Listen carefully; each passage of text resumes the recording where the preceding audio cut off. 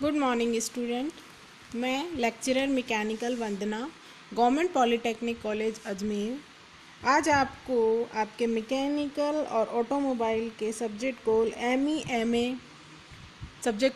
MEMA 302 में unit 4 metal coating process में galvanising process क्या होता है उसके बारे में समझाऊंगी। तो सबसे पहले मैं बात करती हूँ कि गैल्वेनाइजिंग प्रोसेस मीन्स किसी मेटल पर दूसरे मेटल की कोटिंग करना, दूसरे मेटल का लेप चढ़ाना गैल्वेनाइजिंग प्रोसेस कहलाता है। हम ये प्रोसेस जो है मेटलिक कोटिंग का प्रोसेस है वो क्यों यूज़ करते हैं?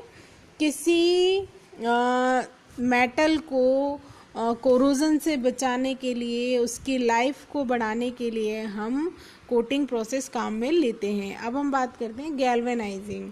It is also known as hot dipping. अब इसमें जो लो मेल्टिंग पॉइंट के मेटल होते हैं जैसे जिंक, कैडमियम, एल्यूमिनियम, टिन, इनकी कोटिंग करते हैं। इनकी कोटिंग हम दूसरे मेटल पर करते हैं जिनका मेल्टिंग पॉइंट कोटिंग करने वाले मेटल से ज़्यादा हो। मतलब जो हम जिसकी कोटिंग कर रहे हैं जैसे जिंक है, कैडमियम है, एल्यूमिनियम है, इनका मेल्टिंग पॉइंट कम हो, ये जल्दी से मेल्ट हो जाते हैं कम टेम्परेचर पर, तो इनकी कोटिंग हम दूसरे मेटल्स पर करते हैं लाइक आयरन, स्टील। इन पर हम जिंक, कैडमियम, एल्यूमिनियम, टिन की कोटिंग करते हैं। हम क्या करते हैं, इसको मॉल्टन स्टेट में जो मेटल होता है हमारा जिसकी हम कोटिंग कर रहे हैं, लाइक हम एग्जांपल लेते हैं जिंक से, जिंक की कोटिंग हम कर रहे हैं आयरन या स्टील पर, तो ये क्या होगा, जो जिंक है वो किसी टेम्परेचर के साथ मॉल्टन स्टेट में इसको पिघलाया जाएगा। उसमें जो हमारा आयरन है या स्टील है वो एक कैथोड की तरह वर्क करेगा जिस पे हम कर रहे हैं कोटिंग, और जिसकी हम कर रहे हैं कोटिंग वो एनोड होगी। तो यहाँ आपको मैं जिंक कोटिंग के द्वारा गैल्वेनाइजिंग प्रोसेस को समझाती हूँ कि हम जिंक की कोटिंग से गैल्वेनाइजिंग प्रोसेस कैसे करते हैं। Galvanize means cover with zinc. To cover iron और steel etcetera with a protective zinc coating by dipping into molten zinc और बाय इलेक्ट्रो डिपोजिशन। जो हम स्टील और आयरन है उसको हम प्रोटेक्ट करेंगे जिंक कोटिंग के थ्रू और उसको डिप करेंगे जो हमारा जिंक है मॉल्टन स्टेट में उसके थ्रू। अब यहाँ पर देखिए, ये हमारा एक जिंक, ये रॉड और बार है, इसके ऊपर हमने जिंक की कोटिंग करी है। तो इसको पूरा क्या समझाती हूँ कि जिंक कोटिंग कोरोजन ना हो इसलिए की जाती है। अब पहला स्टेप में देखिए कि ये हमारी रॉड और बार है, तो पहला स्टेप होगा रिंजिंग। रिंजिंग मीन्स धोना। जो एक कंटेनर है, इस कंटेनर के अंदर पानी भरा हुआ है, तो सर्वप्रथम हम क्या करेंगे, जो हमारी रॉड या बार है उसको सर्वप्रथम पानी में, वाटर में धोकर साफ करेंगे। क्यों इसको वाटर में धोया जाता है? ताकि अगर इस पर कोई धूल या मिट्टी या कोई डस्ट इम्प्यूरिटीज चिपकी हुई है उसको धोया जाता है। बिना साफ करे अगर हम कोटिंग करेंगे तो प्रॉपर वे में कोटिंग नहीं होगी। फिर उसे सूखने के लिए कुछ समय के लिए रख दिया जाता है। तो ये था हमारा पहला प्रोसेस, रिंजिंग। अब हमारा रिंजिंग होने के बाद हम उस बार को क्या करेंगे, सूखने के बाद पिकलिंग करेंगे उसकी। पिकलिंग मतलब अगर कोई वाटर में धोने के बाद भी उसमें अगर कोई और इम्प्यूरिटीज़ रह गई है तो हम उसको अम्लीय पदार्थ से साफ़ करेंगे। अब उस जो रॉड या बार है हमारी उसको हम क्या करेंगे, इस कंटेनर में डाल देंगे। इस कंटेनर में क्या है, हमारा dilute H2SO4, dilute sulphuric acid भरा हुआ है। हम इस डाइल्यूट H2SO4 में उसको और साफ़ करेंगे। तो पिकलिंग मीन्स धोकर सुखाने के बाद भी अगर कोई इम्प्यूरिटीज़ या डस्ट रह गई है तो उसे इस प्रोसेस द्वारा साफ़ किया जाता है डाइल्यूट H2SO4 से पिकलिंग में, फिर ड्राई करके उसके दोबारा पानी से धोते हैं। पिकलिंग में इसको हम पूरा साफ़ कर देते हैं, फिर हम उसको ड्राई करने के लिए छोड़ देते हैं, फिर दोबारा हम उसको पानी से धोते हैं ताकि जितनी भी उसमें इम्प्यूरिटीज़ या कोई गंदगी है वो रह गई है तो हम उसको पूरी तरह से साफ़ करें।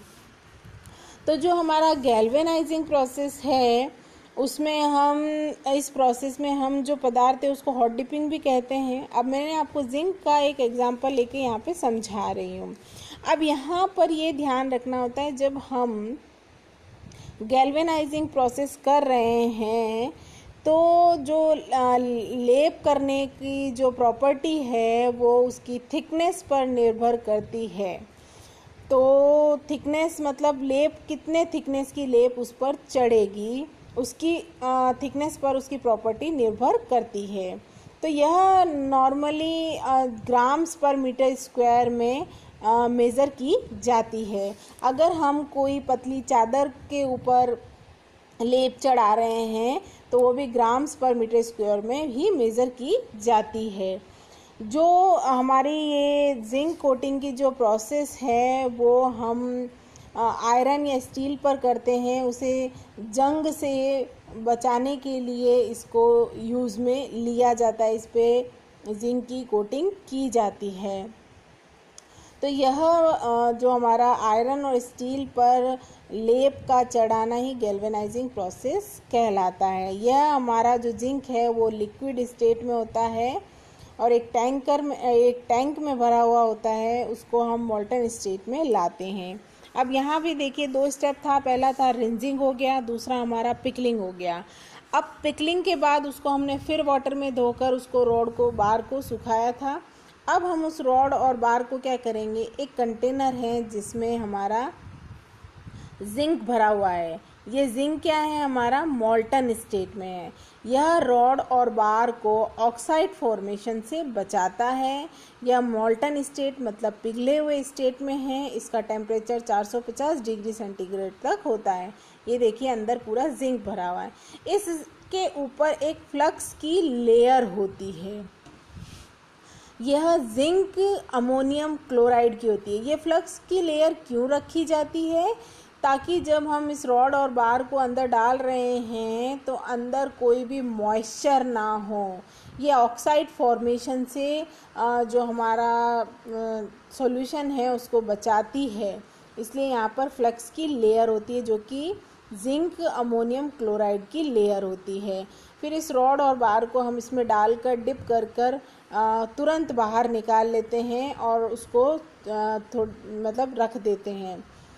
थोड़ा सूखने के बाद हम इसका 4th प्रोसेस करते हैं। जो हमारी रॉड और बार है जिस पर हमने गैल्वेनाइजिंग प्रोसेस में जिंक की कोटिंग की है, तो उसके बाद क्या होता है, अगर इसमें जो जिंक की कोटिंग हुई है उसमें कोई एक्सेसिव पार्ट रह गया जो जिसकी हमें रिक्वायरमेंट नहीं है, कोई आगे बर निकल गए हैं तो हम उनको निकल गए हैं तो हम क्या करते हैं, उनको 2 रोलर के बीच में से उस रॉड और बार को निकालते हैं। तो जो भी एक्सेसिव कोटिंग है जिंक की वो हट जाती है और प्रॉपर वे में जो हमारी कोटिंग है वो रह जाती है। तो ये 4 प्रोसेस से हम पूरा गैल्वेनाइजिंग प्रोसेस करते हैं। अब हम यहाँ देखते हैं advantage of galvanising process. Less maintenance है इसमें। It also offer superior resistant to abrasion and water. यह हमारा जो सुपीरियर रेजिस्टेंस है उसको मतलब वर्क उसके ऊपर वर्क करती है। और परमानेंटली बॉन्डेड टफ कोटिंग, ये एक टफ कोटिंग होती है और परमानेंटली बॉन्डेड होती है। इसमें हम इस कोटिंग के बाद इजीली सरफेस को क्लीन कर सकते हैं। इसकी लाइफ लॉन्ग होती है। इजीली सरफेस क्लीन करना मतलब इसमें अगर हम इसको पानी से साफ़ कर देंगे इस सरफेस को, इस ऑब्जेक्ट को जो भी हमने मेटल पर कोटिंग करी, तो इस पर कोई जंग नहीं लगेगी पानी से। अगर हम इसको धोते हैं तो इसकी लाइफ लॉन्ग हो जाती है। इकोनॉमिक के मामले में देखें तो lowest overall cost compare to other coating के कंपैरिजन में इसकी इकोनॉमिक कॉस्ट जो है, ओवरऑल कॉस्ट जो है वो कम होती है। Outstanding resistance to mechanical damage, इसके मैकेनिकल डैमेज होने में इसकी जो रेजिस्टेंस पावर है वो आउटस्टैंडिंग होती है, जो हमारी गैल्वेनाइजिंग प्रोसेस में जिंक की कोटिंग हो रही है। अब हम बात करते हैं इसके एप्लीकेशंस की, कि जो हमारा गैल्वेनाइजिंग प्रोसेस है वो कहाँ कहाँ यूज़ में लिया जाता है। तो जो हमारा जिंक का जो हम कोटिंग कर रहे हैं, इसकी जो क्वालिटी है उस पर इसकी प्रॉपर्टी निर्भर करती है। मतलब इसकी जो हमने जिस पर मेटल पर कोटिंग की है उसकी हमने कितनी अच्छी तरह से सफाई की है, उसके ऊपर इसकी क्वालिटी डिपेंड करती है कि हमने पहले रिंजिंग किया, फिर उसका पिकलिंग किया, देन उसको जिंक की कोटिंग की, उसके बाद फिर उसको रोलर्स में से निकाल कर हमारा जो ऑब्जेक्ट है उसके ऊपर पूरा गैल्वेनाइजिंग प्रोसेस से कोटिंग हुई है। तो जो वर्क पीस है जितना साफ होगा उतना ही अच्छा उसके ऊपर लेप चढ़ाया जाएगा। तो जो हमारा ये प्रोसेस है वो हमारी छतों के जब हम निर्माण करते हैं, हमारे टेरेस जब हम बनाते हैं, उसमें भी हम इसका उपयोग जो हमारा क्या कहते हैं सीसा है, रांगा है, उसको यूज़ करते हैं। साथ ही हम इसमें जो लेप की हुई मेटल्स हैं उनका जो उपयोग है वो हमारा जो गार्डन होता है उसके हम चारों तरफ जो वायर की जो फेंसिंग करते हैं, चारों तरफ हम वायर की दीवार बनाते हैं, उनके लिए भी हम इस कोटिंग को यूज़ करते हैं, ताकि बारिश के समय या अगर उस पर कोई हम पानी डाल रहे हैं तो उसके मॉइस्चर से जो हमारी फेंसिंग है वो उस पर कोई जंग ना लगे। टोकरियाँ बनाने में, टोकरियों के उस लेपन में इसका उपयोग किया जाता है। पानी के कैन में इसका लेप किया जाता है ताकि उस पर जंग ना लगे अगर वो आयरन या स्टील का है, एक्सेट्रा। मेटल, आयरन मेटल के अगर कोई पाइप होते हैं तो उन पे हम जिंक की कोटिंग करते हैं। तो it is very much low cost process and widely used for corrosion resistance coating on sheet metal, household items for daily use made from iron and steel, examples bucket, tubs and other containers. Galvanize is also done on machine parts like tools, shapes, tanks and wire etc.